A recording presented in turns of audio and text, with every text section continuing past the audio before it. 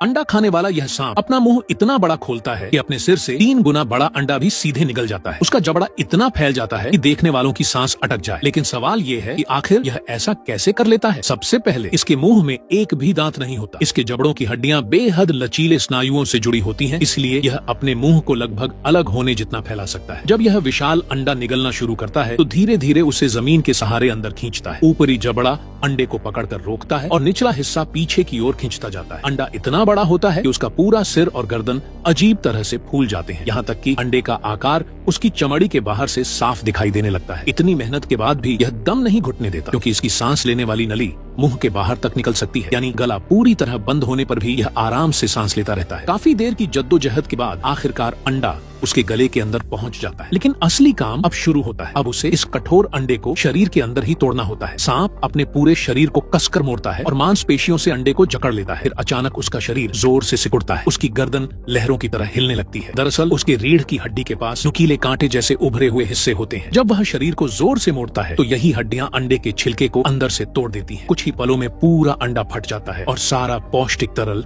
उसके पेट में पहुंच जाता है। वह बार बार मांसपेशियां सिकोड़कर हर बूंद पोषण सोख लेता है, लेकिन अंडे का छिलका पच नहीं सकता। इसलिए सांप उसे अपने शरीर के दबाव से एक पतली परत में बदल देता है और फिर धीरे धीरे मुंह से बाहर निकाल देता है। छिलका बाहर आते ही वह पूरी तरह शांत हो जाता है और लंबे लंबे जम्हाई लेने लगता है। यह खतरनाक दिखने वाला शिकारी न तो जहरीला होता है और न ही इसके पास बड़े दांत होते हैं। फिर भी अपनी इस अनोखी कला की वजह से यह जंगल में आसानी से जिंदा रहता है। जंगल में सिर्फ ताकत ही मायने नहीं रखती, असली जीत उसी की होती है जो हालात के हिसाब से खुद को ढाल कर लंबे समय तक जिंदा रह सके।